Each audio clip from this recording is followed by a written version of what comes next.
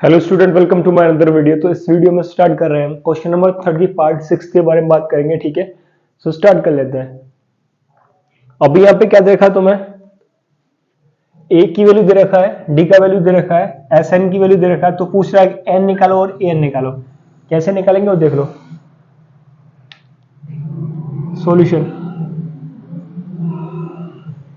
देखो, S n is equal to क्या होता है बेटा, S n is equal to n by two bracket में 2a plus n minus 1 into d, यही होता है ना।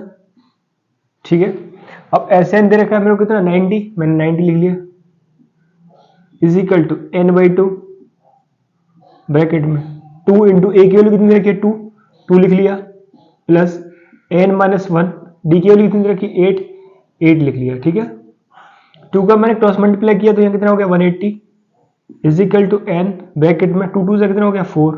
ठीक है, ब्रैकेट ओपन करूंगा तो प्लस का 8 एन, 8 का मल्टीप्लाई एन से किया तो 1 से मल्टीप्लाई किया तो माइनस का 8। ठीक है, तो कितना हो गया 180 इज इक्वल टू 4 एक और स्टेप बढ़ा देते हैं, 8 एन माइनस का क्या हो गया 4। ठीक है, अब इसे सॉल्व कर रहे हैं, 180 इज इक्वल टू क्या हो गया 8 एन स्क्वायर। ठीक है, माइनस का 4 एन, कोई दिक्कत आता है।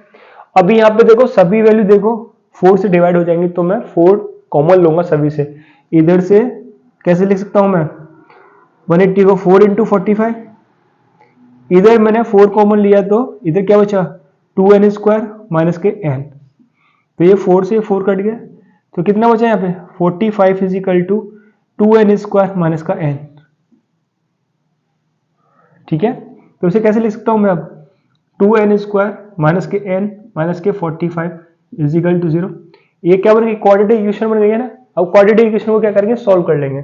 कैसे करेंगे देखो, a और ये c दोनों का मल्टीप्लाई करूंगा कितना हो गया 45 और 2 90 हो गया। किसका आ रहा है 90 है, माइनस का 90 आ रहा है। ठीक है, तो इस ये जो b टर्म है इसको इसी तरीके से स्प्लिट करूंगा कि वो प्लस माइनस करने पर वापस मेरा माइनस का n आ जाए एंड मल्टीप्लाई करने पर दोनों वैल्यूओं को 90 आना चाहिए। तो क्या हो जाएगा 2n का स्क्वायर माइनस के 10n प्लस का 9n माइनस के 45 इजिकल टू क्या हो गया 0।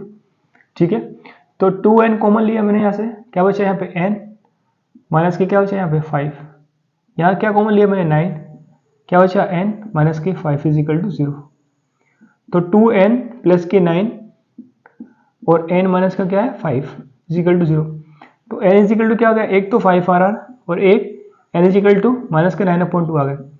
मैंने आपको स्टार्टिंग में ही जब ये क्वेश्चंस कराने स्टार्ट किए तो बोला था कि जो n की वैल्यू होती है कोई नेचुरल नंबर होना चाहिए, नेगेटिव नंबर नहीं होना चाहिए, ना ही फ्रैक्शन में होना चाहिए। समझ आ रहा है, तो ये तो पॉसिबल नहीं है, तो ये नॉट इक्वल है। तो n इजिकल टू क्या आ गया, ये एक आंसर आ गया।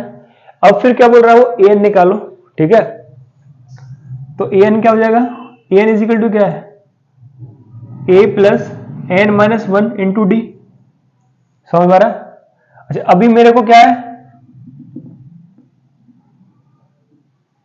n की वैल्यू 5 पता चल गया, तो यहां पे क्या निकालूंगा मैं 5 ही निकालूंगा ना। अब तुम यहां पे कंफ्यूज हो रहे हो कि भैया यहां तो an की बात कर रहा है, तो अब an यदि तुम खाली an निकालना चाहो तो यहां पे क्या करोगे n की वैल्यू नहीं रखोगे।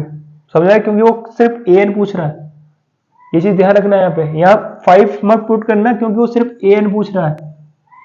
तो यहाँ पे a की वैल्यू कितनी है 2, तो 2 लिख लिया, प्लस n माइनस 1 डी की वैल्यू कितनी है यहाँ पे 8, तो 8 लिख लिया। ठीक है, तो 2 प्लस के 8n माइनस का 8, तो क्या हो गया 8n माइनस का 6 आंसर, क्योंकि वो सिर्फ nth टर्म पूछ रहा है। ये चीज ध्यान रखना, कहीं तुम ये n की वैल्यू निकाल के इसमें पुट कर दो, वो सिर्फ क्या पूछ रहा है nth टर्म पूछ रहा है, तो इसकी nth टर्म क्या होगी an 8n माइनस का 6। तो होप कर रहा हूँ ये पार्ट भी आपको अच्छा समझ में आ गया होगा। मिलते हैं नेक्स्ट वीडियो में इसके पार्ट 7 के साथ।